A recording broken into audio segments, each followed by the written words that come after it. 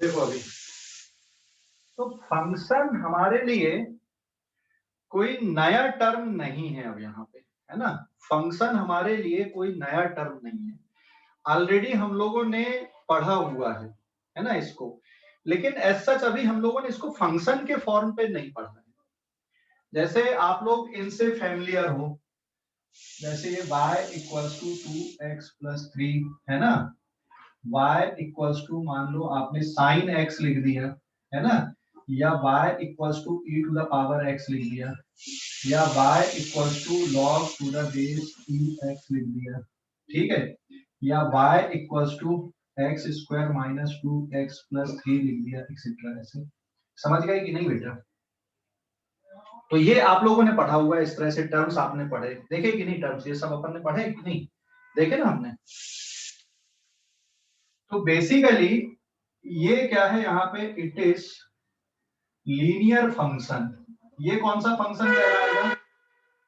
Trigonometric function. ये trigonometric function, ये कौन सा फंक्शन हो गया? It is exponential function. ये कौन सा हो गया? logarithms, function. ये कौन सा हो गया? पॉलिनोमियल। पॉलिनोमियल और पैराबोलिक एक प्रॉपर वर्ड हो जाएगा, है ना, पैराबोलिक फंक्शन, ठीक है। और अगर आप इस तरह का ले लो, जैसे y is equal to 1/x type का, तो ये कौन सा हो जाएगा फिर? hyperbolic function. हाइपरबोलिक। तो फंक्शन को अभी तक तुमने इस तरह से नहीं देखा था, लेकिन ये सब हम लोग इनसे फैमिलियर हो गए, है ना, इनसे हम लोग फैमिलियर हो गए, बट फंक्शन को ऐसा आपने फंक्शन के नाम से नहीं पढ़ा। इसकी क्या खास बात है? अगर हम इन फंक्शंस को देखें, ये तो मैंने अलग अलग नाम लिख दिया यहाँ पे कि लीनियर फंक्शन है, पॉलिनोमियल फंक्शन है, या फिर पैराबोलिक है, या फिर लॉगरिथमिक है, या एक्सपोनेंशियल है, या ट्रिग्नोमेट्रिक है। तो इनमें अगर हम एक चीज देखें जैसे मान लो मैं किसी एक ही फंक्शन को ले लूं यहाँ पे, लेट मैंने कौन सा फंक्शन ले लिया, y equal to sin x, एक फंक्शन है। कौन सा फंक्शन है बेटा? माइक म्यूट करो। y equal to sin x, ये ट्रिग्नोमेट्रिक फंक्शन है ना। इसमें इंडिपेंडेंट वेरिएबल कौन सा और डिपेंडेंट वेरिएबल कौन सा है? Which is independent variable and which is dependent variable? X is independent. Independent x, dependent y. x independent variable है और y डिपेंडेंट वेरिएबल है। आप x की वैल्यू को बदलते जाओगे और y की वैल्यू उससे ऑब्टेन होते जाएगी। तो यहाँ पे this x is independent variable और ये y कैसा हो गया? डिपेंडेंट वेरिएबल हो गया। दिस इज डिपेंडेंट, है ना। हम इसको ऐसा लिख सकते हैं, इसको ऐसा लिख दें, so y is a function of x। इसको ऐसे पढ़ते हैं, it is a y is a function of x and it is defined as, ये कैसे डिफाइंड है? y is defined as f of x is equals to sin x। इस तरह से डिफाइंड है। इसको रीड कैसे करते हैं? f of x, f of x मतलब किसका फंक्शन है? x का फंक्शन है। कैसे डिफाइंड है? इस तरह से डिफाइंड है। समझ गए? तो डिफाइन करना जरूरी, सिर्फ f of x लिखने से पता नहीं चलेगा। जैसे मान लो ये वाला फंक्शन है, तो y equals to f of x, और f of x आप कैसा लिखोगे? 2x प्लस 3 के फॉर्म पे लिखोगे। समझ गया बेटा? हेलो, समझ गया या नहीं? ओके, तो डिफाइंड ऐसे ये, तो डेफिनेशन ये कि इस फंक्शन की डेफिनेशन ये है या फिर ये डिफाइंड ऐसा है। तो लिखते ऐसे हम लोग, पढ़ते कैसे? ये फंक्शन है y is a function of x here. तो ये किसी और टर्म का भी फंक्शन हो सकता है, जरूरी नहीं कि x के टर्म पे हो। ये तो पूरा मैंने प्योरली मैथमेटिक्स के फॉर्म पे लिखा। अब हमको फिजिक्स में फंक्शन पढ़ने की क्या जरूरत पड़ गई? और फिजिक्स में भी इसी तरह के फंक्शंस हमको मिलते हैं। कहीं पे लीनियर मिलेगा, कहीं पे ट्रिग्नोमेट्रिक मिलेगा, कहीं पे एक्सपोनेंशियल मिलेगा, कहीं पे पॉली पैराबोलिक भी मिलेगा, हाइपरबोलिक भी मिलेगा। इस तरह के फंक्शन मिल जाएंगे, या फिर मिक्स भी मिल सकते हैं, आपको प्रोडक्ट के फॉर्म पे भी मिल सकते हैं। स्क्रीनशॉट लो इस पेज का, जरा स्क्रीनशॉट लो, स्क्रीनशॉट ले लो जल्दी से। अच्छा, इनके ग्राफ से आप लोग फैमिलियर हो ना, इन फंक्शन के ग्राफ से। इसका ग्राफ आपको पता है 2x + 3 कैसा आता है, स्ट्रेट लाइन। इसका ग्राफ भी आपको पता है कैसा आता है, पैराबोलिक। इसका ग्राफ कैसा होता है, हाइपरबोलिक। याद है ना, समझ गए? Hello. Yes, sir. Yes, sir. अब इसमें e⁻x का log x का sin x का ग्राफ कैसा होता है ये बताऊंगा मैं भी। स्क्रीनशॉट लो इस पेज का, स्क्रीनशॉट ले लो जल्दी से। ले लिया। पेज नंबर 2 पे आते हैं। अब हम बात करने की यार, ये फिजिक्स में क्यों पढ़ रहे हैं हम लोग इस तरह से, और फिर ये कैसे आने वाला है। पेज नंबर 2, ठीक है, page number 2।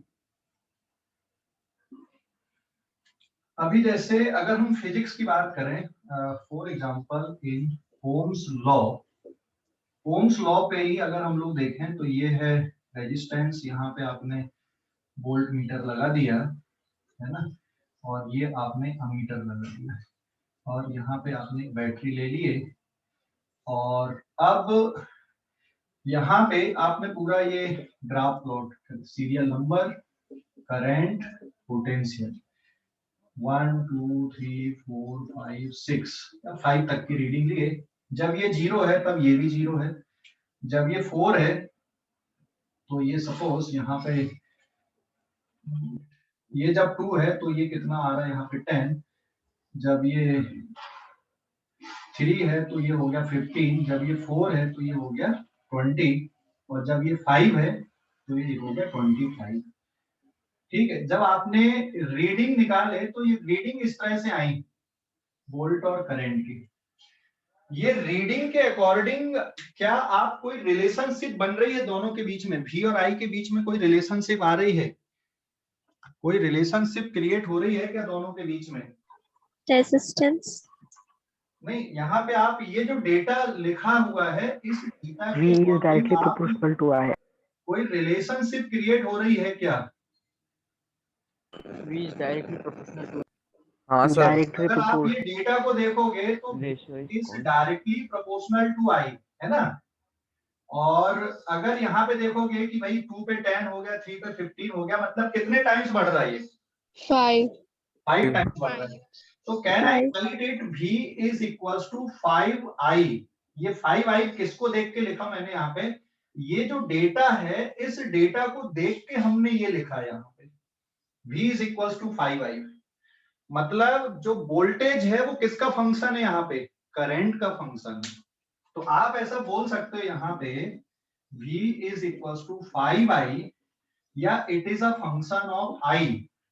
So that is voltage is a function of I, और ये कांस्टेंट टर्म है। अब अगर हम मैथ्स के अकॉर्डिंग इसको कंपेयर कर लें तो बेटा y is equals to 5x लिख सकते हो कि नहीं? ऐसा किस तरह का फंक्शन ये बताओ, v इक्वल्स टू 5I या y equals to 5x plus 0 अगर मैं लिख दूं तो ये किस तरह का फंक्शन ये बताओ जरा। Linear function. Linear linear function, it is linear function, ये लीनियर फंक्शन। तो ओम्स लॉ में वोल्टेज करंट का लीनियर फंक्शन होता है, या करंट वोल्टेज का लीनियर फंक्शन है। आप पलट के भी लिख सकते हो, आप ऐसा भी लिख सकते हो, पलट के भी लिख सकते हो यहाँ पे। तो फिजिक्स में अभी समझ में आ गया कि क्यों पढ़ना हमको फंक्शन। नाम हमने बदल दिए अभी, है ना, नाम हमने थोड़ा चेंज कर दिया यहाँ पे। क्लियर हो गया? तो ये इस तरह से इतना बड़ा डेटा लिखो, या फिर इस रेजिस्टेंस के लिए ये रेजिस्टेंस की वैल्यू है यहाँ पे, this resistance is equals to 5 ohm. या तो आप इतनी पूरी पंचायत लिखो, या सीधे सीधे क्या लिख दो कि भाई ये किस रूल को फॉलो करेगा। यहाँ पे अगर करंट I फ्लो हो रहा है और यहाँ पे पोटेंशियल डिफरेंस है, तो ये किस रूल को फॉलो करेगा, 5I। तो आपको ये पूरे लंबे चौड़े डेटा लिखने की जरूरत है क्या? ये इस तरह से टेबल बनाने की जरूरत है क्या? सीधे इससे काम चल जाएगा हमारा। हेलो, बोलो जल्दी से। ये पूरा टेबल बनाने की जरूरत है क्या कि सिर्फ इससे काम चल जाएगा, V इक्वल्स टू 5I से? सर वो उसी से काम चल जाएगा। इसी से काम चल जाएगा। आप सिर्फ वैल्यू पुट करते जाओ, I की वैल्यू 0, V की वैल्यू 0, I की वैल्यू 1, V की वैल्यू 5, I की वैल्यू 2, V की वैल्यू 10। तो ये पूरा टेबल आप इस इक्वेशन से बना सकते हो कि नहीं? तो आपने टेबल से इक्वेशन बना लिया या इक्वेशन से टेबल क्रिएट कर लो आप। तो हमें इतना बड़ा टेबल बनाना ज्यादा आसान काम है कि बस इतना सा लिख देना ज्यादा आसान काम है यहाँ पर, लिखने है ना। तो ये इक्वेशन के फॉर्म पे आपने लिख दिए। So what is the importance of equation in physics. तो हर चीज को जरूरी नहीं है कि हम लोग यार बार बार एक्सपेरिमेंट करेंगे, कुछ को हम इक्वेशंस के फॉर्म पे लिख देंगे। तो फिजिक्स में जो इक्वेशंस बनी हैं, जो लॉ बने हैं, वो इसी तरह से बने। ये तो हमने डायरेक्ट बना दिया बेटा। ओम को यहां तक कंक्लूजन पहुंचने में साल 2 साल लग गए होंगे कि v इज इक्वल टू किसके बराबर होता है। ये इक्वेशन, ओम्स लॉ की ये इक्वेशन को उसको बनाने में ऐसा नहीं कि तुरंत बना लिया होगा, बहुत टाइम लगा होगा इसको यहाँ तक पहुंचने में, इस इक्वेशन को बनाने में। तो ये फंक्शन है, voltage is a function of current और current is a function of voltage, एक ही बात है। और ये इक्वेशन में पहुंचने में उसको बहुत टाइम लगा। तो इंपॉर्टेंट समझ में आ गया। अगर मान लो इक्वेशन नहीं दिया रहता तो हमको बार बार ये टेबल बनाना पड़ता और बार बार रिलेशनशिप हमको निकालनी पड़ती। तो ये भी जो ओम्स है ना, ये इक्वेशन पे तभी पहुंचा होगा जब यहाँ पे उसने 5 ओम का लिया होगा, फिर 6 का लिया होगा, फिर 7 का लिया होगा। अलग अलग वैल्यू को ले लेके उसने बार बार ये एक्सपेरिमेंट किया होगा। हर बार इस तरह से टेबल बना होगा और हर बार यहाँ पे कोई ना कोई वैल्यू आई होगी भाई। जैसे v इक्वल टू यहाँ पे 5 आई आ गई। जब यहाँ पे अगर उसने 6 ओम लिया तो यहाँ पे v इक्वल टू 6 आई आ गया। 7 ओम लिया तो v इक्वल टू 7 आई आ गया। इस तरह से वो कंक्लूजन पे पहुंचा कि नहीं, मैं इस पूरे को सीधे सीधे इस इक्वेशन से समराइज कर देता हूँ, इस फंक्शन से समराइज कर देता हूँ। समझ गए? समझ गए कि नहीं? Yes, sir. है ना। तो फिजिक्स में इक्वेशंस का क्या इंपॉर्टेंस है, ये क्लियर हो गया कि नहीं? अभी फिजिक्स में इक्वेशंस का इंपॉर्टेंस, हेलो, है ना। Screen shot Yes, sir. ले लिए, इस पेज का स्क्रीन शॉट। Yes. सर हाँ बोलो। सर आप पीसी पे एक्सटर्नल वेबकैम लगा के करते हो या फिर जो आपके इस पे लगा हुआ कैमरा है आप उसी से कर रहे हो? नहीं, एक्सटर्नल वेबकैम है बेटा ये, इसलिए तो इतनी क्लियरिटी आती है। ठीक है, हेलो। Yes sir. कुछ और सजेशन है क्या? नहीं सर, पूछ रहा था। ये एक्सटर्नल वेबकैम है इसलिए इसमें क्लियरिटी है ना, पर फिर भी उतनी नहीं है। एक्चुअल में हम अगर बहुत अच्छी क्वालिटी का वेबकैम लगाएंगे ना तो वो ऑटो फोकस करते हैं और फिर वहां पे जैसे सामने आऊंगा तो फिर ब्लर होगा, फिर पीछे जाऊंगा तो फिर ब्लर होता है। तो जो ये मैनुअल फोकस वाला है एक्चुअल में जो वेबकैम है, एक बार फोकस फिक्स कर दिए तो अगर जैसे मैं सामने आऊंगा ना, मेरे फेस को रिकॉग्नाइज करते हैं, जो ऑटो फोकस वाले आते हैं आजकल एडवांस टेक्नोलॉजी वाले, तो इधर का ब्लर देखने लगता है ना। तो केमिस्ट्री वाले सर पे यही वो रहता है। हाँ, तो ये इसमें ये दिक्कत नहीं है वाले वेबकैम पे। मैनुअल फोकस है, एक बार फोकस सेट कर दी तो फिक्स है, वो नहीं बदलता। जैसे मैं आगे पीछे भी होता तो कहीं पे जूम इन जूम आउट नहीं करता ये। ठीक है, समझ गए? Yes sir. ओके। और वो फिर हाँ ये है कि यहाँ पे थोड़ी सी क्लियरिटी जो ऑटो फोकस वाले में उससे थोड़ी सी कम है मैनुअल वाले में। उसका रीजन है जैसे कि भाई वो अगर मैं बिल्कुल पास में गया तो बिल्कुल एकदम पकड़ ही लेगा, डार्क ब्लैक पूरा डार्क ब्लैक दिखेगा, है ना। तो वो थोड़ा सा लैग करता है ये। बाकी जूम इन जूम आउट का इशू नहीं होता, इसलिए कंसंट्रेशन लूज नहीं होता है। ठीक है सर, आप स्टाइलस के साथ भी कर सकते हो स्क्रीन शेयरिंग पे। क्या बेटा? आप स्टाइलस के साथ स्क्रीन शेयरिंग पे भी कर सकते हो। क्या चीज? कुछ स्टाइलस बोल रहा है जिसके साथ आप स्क्रीन शेयर कर सकते हो। बोर्ड ना, वो लिखने वाला ना वो, लेकिन उतना हाँ। वो नहीं है हमारे पास, है वो भी, लेकिन उसमें उतना मजा नहीं आता पढ़ाने पे, है ना। क्योंकि मैं दिखूंगा नहीं उस पे, बस पेन चलते हुए दिखेगा तो आपको फीलिंग नहीं आती कि यार सर पढ़ा रहे, बस ऐसा लगेगा मशीन पढ़ा रही है। वो तो बिल्कुल ऐसे हो गया कि जैसे आप वीडियो देखते हो फिर, है ना। हाँ। ठीक है, तो वो फीलिंग नहीं आती। वो था अपने पास में, या कुछ वीडियोस में देखना तुम लोग पढ़े होंगे चैनल पे पुराने वाले, तो उसमें वही था कि भाई हम उसमें लिखते जा रहे हैं तो वॉइस बस आएगा और साइड में मेरी फोटो बस आएगी, लेकिन इस तरह से एक डायरेक्ट इंटरेक्टिव वे पे नहीं हो पाता, तो वो उतना इफेक्टिव नहीं है। ठीक है, और अभी एक और बात आ रही है, एक एडवांस टेक्नोलॉजी और आ रही है इसमें, डिजिटल बोर्ड वाली, है ना। लेकिन डिजिटल बोर्ड में भी आपको लाइव अगर करना तो फिर कैमरा लगाना ही पड़ेगा, और अगर डिजिटल बोर्ड का ही स्क्रीन शेयर करोगे तो फिर वही आ जाएगी बात, है ना? समझ गए ना कि मैं लिख रहा हूँ हाँ। तो हम मोबाइल पे भी लिख के पढ़ा सकता हूँ। मैं मोबाइल पे लिखते जाऊंगा, मैं टच पैड, मोबाइल के टच पैड पे, तुमको उसका स्क्रीन दिखता जाएगा और वो उसमें फीलिंग नहीं आती इतनी। तो डिजिटल बोर्ड में भी सेम ही चीज है, लेकिन डिजिटल बोर्ड का स्क्रीन शेयर अगर कर दोगे तो फिर वही बात हो जाएगी टच पैड जैसी। तो यहाँ पे या फिर उसमें भी आप फिर इसी तरह से लेके करना पड़ता है। हाँ, डिजिटल बोर्ड में ये है कि कलर ऑप्शंस बहुत सारे मिल जाते हैं, मल्टीपल कलर ऑप्शंस मिल जाते हैं, है ना? तो वो सर वो ऑप्शन तो अपने को स्टेशनरी शॉप पे मिलते हैं। क्या क्या क्या सर वो सारे कलर ऑप्शन तो अपने को स्टेशनरी शॉप पे भी मिलते हैं। नहीं, लेकिन यहाँ पे वो ऐसा रहता है ना कि कुछ चीजें बनी बनाई रहती हैं, तो वो एक उसका एक्स्ट्रा बेनिफिट रहता है। लेकिन उसका मुझे एक ड्रॉबैक ये लगता है कि भाई उसमें एक तो टाइम थोड़ा कभी कभी कंज्यूम हो जाता है, और एक और ड्रॉबैक ये लगता है कि हम अगर सारी चीज बनी बनाई दे देंगे तुमको, तो आप लोग खुद से नहीं बनाओगे, है ना? जैसे ये जो पूरे एक लेक्चर का वीडियो है 50 मिनट का, 1 घंटे का, अगर मैं इसको पूरा सिंक्रोनाइज कर दूं तो मुश्किल से 20 मिनट का रहेगा, ठीक है? लेकिन अगर उसमें बातचीत नहीं होगी, क्योंकि आपका जो सब्जेक्ट है ना, ये जैसे फिजिक्स हो गया, केमिस्ट्री हो गया, बायोलॉजी हो गया, मैथ्स हो गया, इसमें अगर हम लोग इंटरेक्ट नहीं करेंगे, हम एक अगर मशीन के जैसे अगर पढ़ाएंगे इसको, तो फिर समझ में नहीं आएगा। हाँ, टाइम जरूर बचेगा, वो रिवीजन पर्पस के लिए अच्छा होता है, और इनिशियल स्टेज में जब बच्चा सीख रहा होता है तो हमको पूरा टाइम देना पड़ता है, लिख के बताना पड़ता है। तो जब हम कोई चीज लिखते हैं, फिर आंखों से देखते भी हैं, ब्रेन से एसेस भी करते हैं, तो हमारे लिए वो लॉन्ग टर्म के लिए मेमोराइज रहता है। अभी मैं क्या ऑप्शन कर सकता था, पहले से ये हेडिंग लिखी रहती, ओम्स लॉ लिखा रहता, मैं आता बोर्ड में ऐसा ऐसा ऐसा ऐसा होता है, एक्सप्लेन कर देता, तो वो फीलिंग आती क्या? बात समझ गए? और इसमें ज्यादा एफर्ट लगता है, ध्यान रखना। हाँ, लेकिन ये है कि आपके एंड पे भी इस पे सपोर्ट चाहिए कि भाई यार 1 घंटे की क्लास है, तो फिर हम 1 घंटा उसको पेशेंस से देखें, तो आप ज्यादा सीखोगे। और अगर पकी पकाई चीजें बनी बनाई है भाई, बुक जैसी हेडिंग डली हुई, ये सब डला हुआ, मैं आया बस यहाँ पर ये होता है, ये ऐसा होता है, ये ऐसा होता है, या कुछ कुछ पोर्शन लिख दिया मैंने, तो टाइम तो बचेगा, ऑफकोर्स टाइम बचेगा, लेकिन आपको समझने में दिक्कत होगी और आप कनेक्ट नहीं कर पाओगे सब्जेक्ट से। इसलिए मैं एक एक स्टेप को लिख के बता रहा हूँ, जैसा फिजिकल क्लास में होता है बिल्कुल वैसे ही चल रहा है यहाँ पे। तो हमारे पास वो सब ऑप्शन भी थे, लेकिन हमने जब उसका इफेक्टिवनेस देखे तो वो कहीं ना कहीं लैग कर रहा था, ठीक है? समझ गए?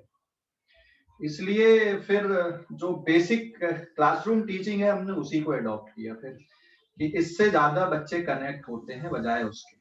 समझ गए? हेलो?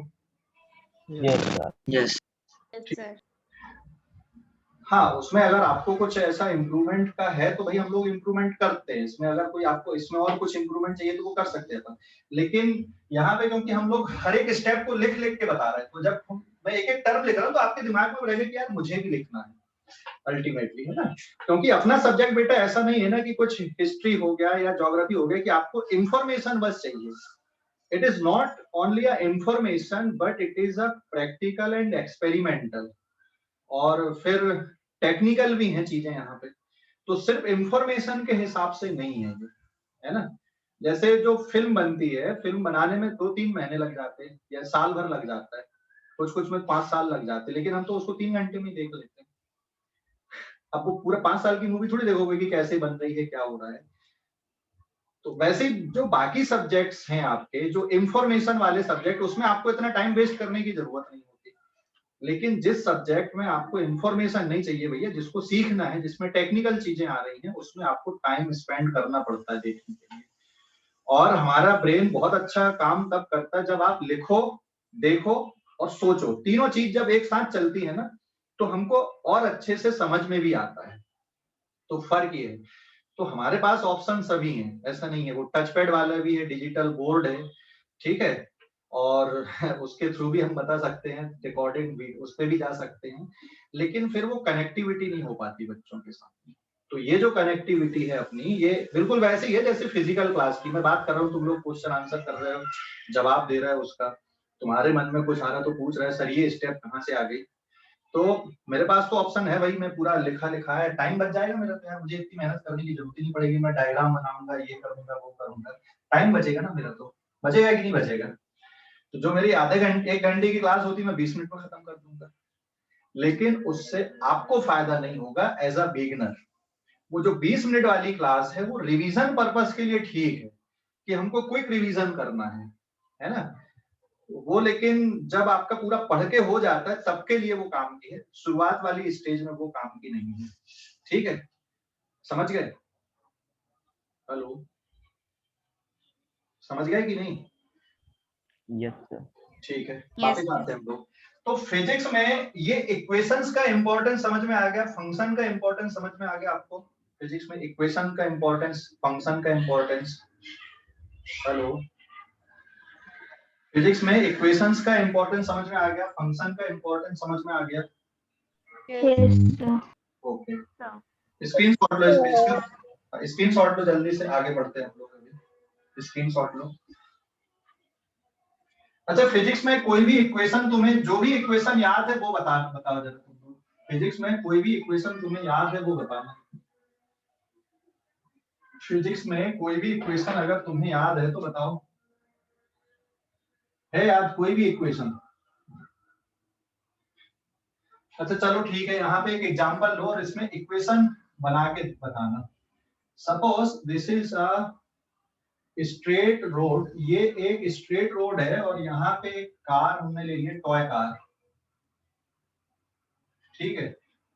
t इक्वल्स टू 0 पे बेटा इसकी स्पीड दिख रही है 2 मीटर पर सेकंड।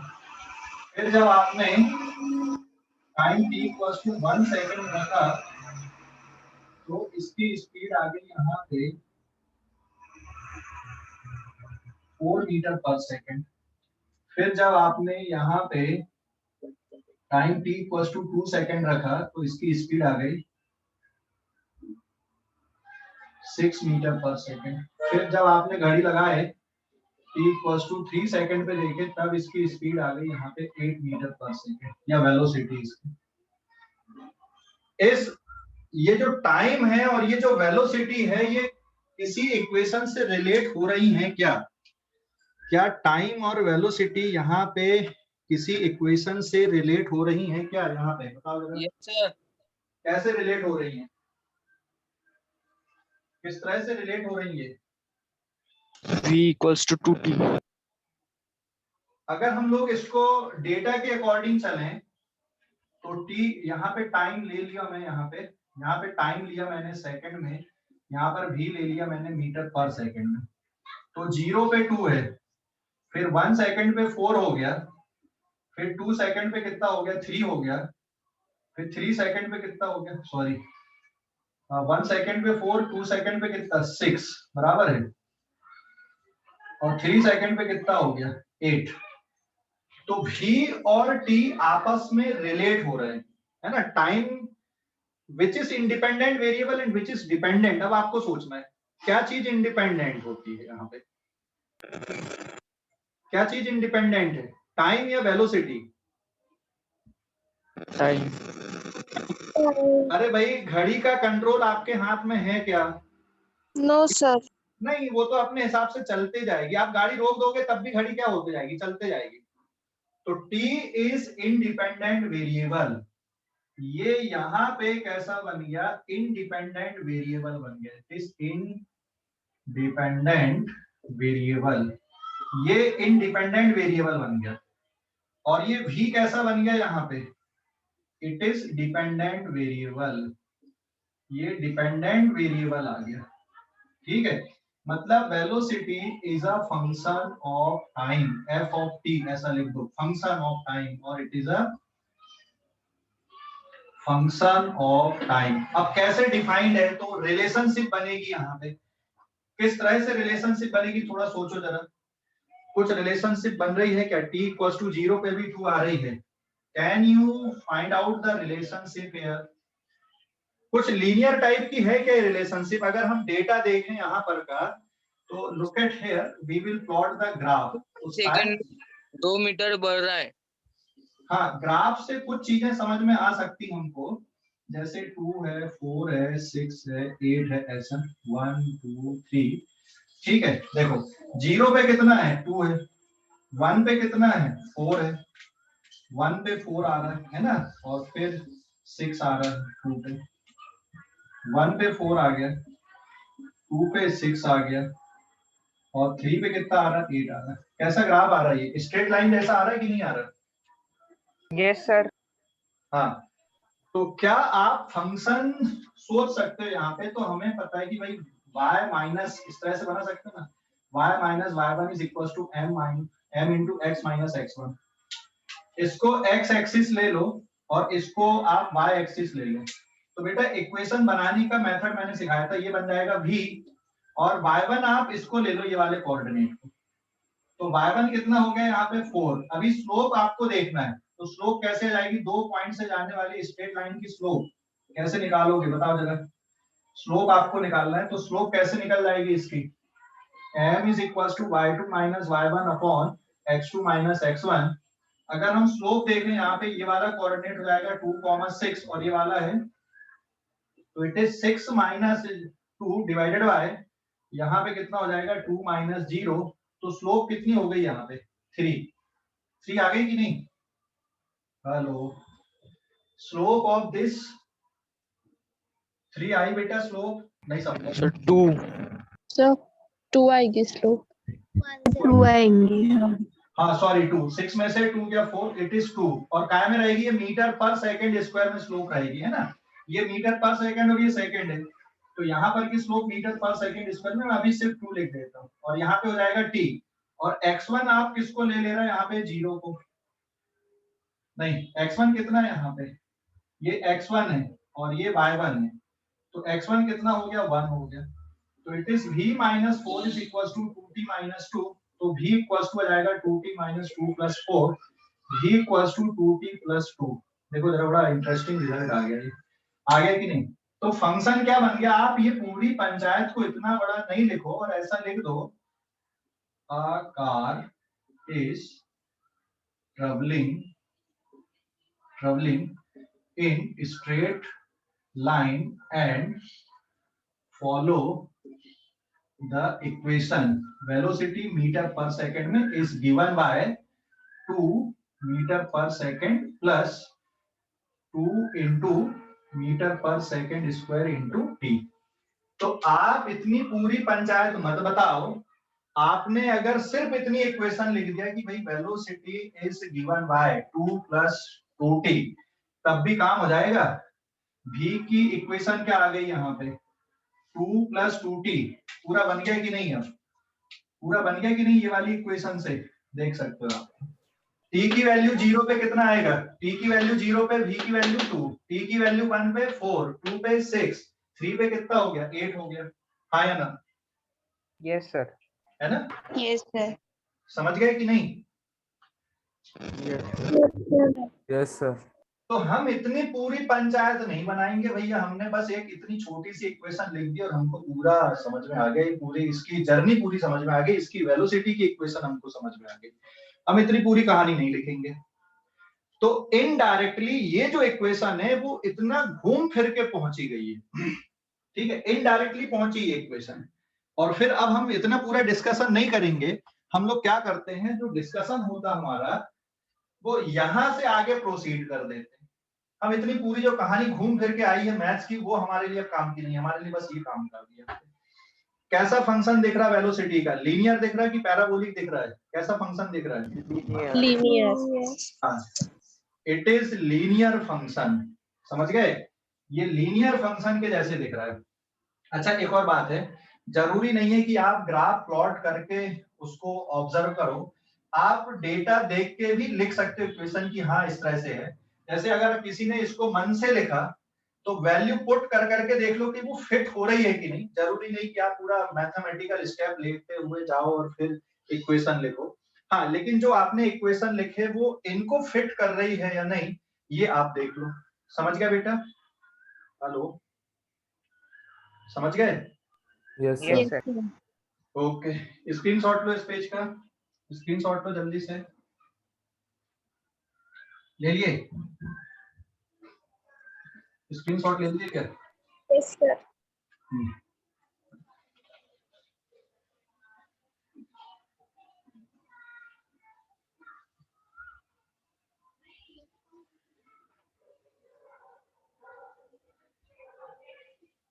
Now page number 4। अभी अगर हम लोग ग्रेविटेशन वाले फार्मूले पे जाते हैं, ग्रेविटेशन वाले फार्मूले पे, ये एक बॉडी है जिसका मास है m1, ये एक दूसरी बॉडी है जिसका मास m2 है और ये डिस्टेंस r है।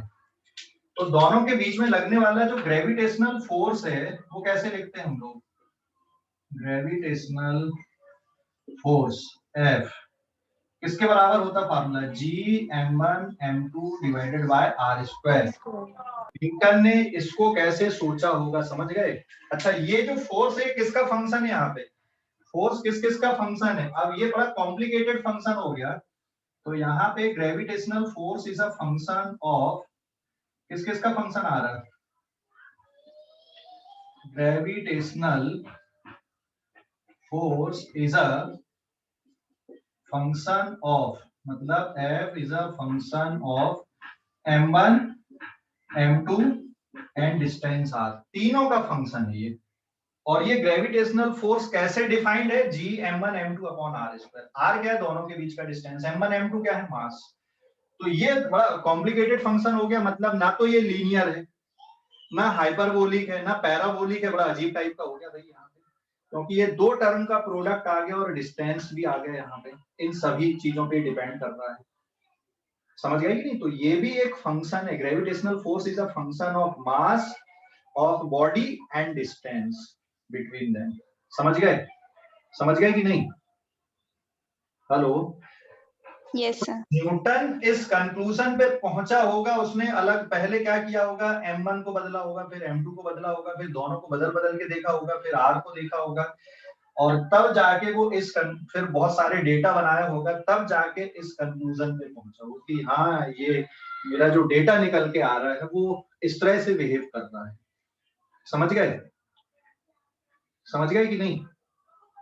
Yes, sir. Yes, sir. Okay. तो अब फिजिक्स में ऐसे और भी फार्मूले मिल जाएंगे तुमको। ये तो मैंने एक अकेला यहाँ पे ग्रेविटेशनल फोर्स का फार्मूला लिख दिया है यहाँ पे, ठीक है ना? जो लॉ बने, जैसे ओम्स लॉ का हो गया, ग्रेविटेशनल फोर्स का फार्मूला हो गया। और कोई लॉ जानते हो? और कोई लॉ? और कोई लॉ जानते हो ऐसे? Law of motion. हाँ, लॉ ऑफ मोशन में जो तीन इक्वेशन हम लोग लिखते हैं जनरली, ये भी इसी तरह से लिखी गई है। v = u + at, ये Newton's law of kinematics equation कहलाती है। ut + ½ at² v² = u² + 2as, ये इस तरह से बिहेव करती हैं। या फिर लॉ ऑफ मोशन में भी वो कंक्लूजन पे पहुंचे होंगे कि भाई हमको force equals to mass into acceleration, but it is first law of inertia है, और जो ये सेकंड लॉ है यहाँ पे बेसिकली, है ना? ये क्वांटिटेटिव है यहाँ पे। क्वांटिटेटिव मतलब आप कैसे लिख रहे हो। तो ये भी फिर वो उससे कंक्लूजन पे पहुंचा होगा कि भाई मास को बदला होगा, कितना एक्सीलरेशन आ रहा है, कितना फोर्स आ रहा है, तब इस तरह से यहाँ पे ये लॉ बना होगा और ये इक्वेशन ऐसी बनी है। समझ गए? समझ गए? Yes, sir. तो फिजिक्स में फंक्शन का क्या इंपॉर्टेंस है, इक्वेशंस का क्या इंपॉर्टेंस है, ये मैं बताना चाहता था आप लोगों को। समझ गए? फंक्शंस का क्या इंपॉर्टेंस है, इक्वेशंस का क्या इंपॉर्टेंस है, ये क्लियर हो गया बेटा? कोई डाउट? हेलो, कोई डाउट है क्या? अच्छा, मैथ्स में और फिजिक्स में क्या डिफरेंस है? मैथ्स में हम लोग जो फंक्शन की डीलिंग करते हैं वो सिर्फ किस पे करते हैं अधिकतर? एक्स वाई जेड में कर लिए या एबीसी में कर ली। लेकिन फिजिक्स में जो डीलिंग होती है वो कैसी चलती है आपकी फंक्शन की? फिजिक्स में कैसी चलेगी यार? A से Z, कुछ भी, ए से लेके जेड तक कुछ भी हो सकता है भाई। यहाँ पे ये देखोगे तो v फंक्शन है टाइम का, है ना? ये कांस्टेंट हो सकता है यहाँ पे, और u का, तो ये v फंक्शन हो गया टाइम का। यहाँ पे भी s फंक्शन हो गया t का। समझ गए कि नहीं? यहाँ पे f फंक्शन हो गया मास और एक्सीलरेशन दोनों का। तो फिजिक्स में, और बच्चे इसलिए गड़बड़ करते हैं फिजिक्स में क्योंकि मैथ्स में वो यूज टू हैं अभी तक सॉल्व करने के एक्स वाई जेड को लेके, और जैसे ही फिजिक्स में आते यार टर्म बदलने लगते, जैसे ओम्स लॉ में आ गया v और i आ गया, क्लियर हो गया? अभी जैसे देखो, अगर हम मिरर फार्मूला आपको अगर याद होगा, मिरर फार्मूला क्या होता है? 1/f is equal to 1/v plus 1/u। अभी थोड़ा अजीब टाइप का आ गया यहाँ पे, आप v, f और u के फॉर्म में लिख रहे हो यहाँ पे, समझ गए कि नहीं? लेंस फार्मूला अगर ले लोगे तो 1/v माइनस 1/u बन जाएगा। क्लियर हो गया बेटा? कोई डाउट? तो फिजिक्स में जो फंक्शंस आपके चलते हैं वो किसी भी वेरिएबल पे चलते, कोई भी इंडिपेंडेंट, मतलब जो सिंबल होता है ना, वो एक्चुअल में हम बहुत सारे सिंबल यूज कर लेते हैं, लेकिन मैथ्स में हम लोग सिंबल बहुत ज्यादा यूज नहीं करते हैं। ज्यादा alpha beta gamma delta phi और ये सब कर लिया आपने, या फिर आपकी जो पूरी उसमें चल रही है वो एबीसी में चल रही है या फिर एक्स वाई जेड में चल रही है। लेकिन यहाँ पे हर चैप्टर के अकॉर्डिंग और सुविधा के अकॉर्डिंग हम लोग लिखते हैं और फिजिकल क्वांटिटी के सिंबल को मैच करते हुए लिखते हैं ताकि कंफ्यूजन ना हो और बहुत सारी चीजों में हमको आसान हो जाए, है ना? सर क्योंकि फिजिक्स की काफी सारी क्वांटिटीज की तब पहले से ही शॉर्ट वो रहती है। जैसे सर जैसे फोर्स का पहले से ही सिंबल F डिफाइंड है तो आप उसको A B C ले ही नहीं सकते, F ही लेना पड़ेगा। नहीं, ऐसा नहीं है कि फोर्स का सिंबल, सुन मेरी बात पहले, फोर्स का किसी किताब में नहीं लिखा कि सिंबल F ही डिफाइन करोगे या F ही लिखोगे, ऐसा कहीं नहीं लिखा है। लेकिन फोर्स के लिए हम F से ही डिनोट करते हैं, वो हमारी सुविधा के लिए किए बेटा, ठीक है? ऐसा किसी बुक में नहीं लिखा कि भाई फोर्स को आप F से डिनोट करोगे, आप A से कर सकते हो, B से कर सकते हो, X से कर सकते हो, Y से कर सकते हो, Z से कर सकते हो। लेकिन क्योंकि फिजिक्स में हमको यूनिट भी चाहिए होती है और फिजिकल क्वांटिटी के लिए भी चाहिए, इसलिए हमने सिंबल को ऐसा कर दिया कि भाई जैसे फोर्स है तो उसका फर्स्ट लेटर आ गया, प्रेशर है तो P पहला लेटर ले लिए। अब उसमें पावर के लिए भी हम P लिखते हैं और प्रेशर के लिए भी P लिखते हैं, है ना? समझ गए? तो अब सर पोटेंशियल डिफरेंस के लिए भी लिखते हैं, पोटेंशियल डिफरेंस को E से भी लिख देते, कभी V से भी लिख देते हैं, है ना? समझ गए? X भी मान सकते हो, ऐसा कुछ नहीं है। लेकिन फिजिक्स में जो हम लोग सिंबल यूज करते हैं फिजिकल क्वांटिटी का, जनरली इस तरह से करते हैं कि हमारे दिमाग में डायरेक्ट क्लिक कर जाए। बाकी ऐसा किसी बुक में नहीं लिखा कि यार हमको बस यही सिंबल यूज करना है परमानेंटली, ठीक है? समझ गए? हेलो? Yes sir. तो अभी फंक्शन क्या होते हैं ये क्लियर हो गया आपको कि डाउट है अभी भी कुछ? इक्वेशंस क्या है फिजिक्स में, है ना? कैसे बनी ये इक्वेशन, छोटे से फॉर्म पे आपने इक्वेशन को क्यों बना दिया, क्यों लिख दिया, ये क्लियर हो गया कि नहीं? हेलो? अरे बोलो भाई, हाँ बोलो जल्दी से। Yes, sir. Yes. हाँ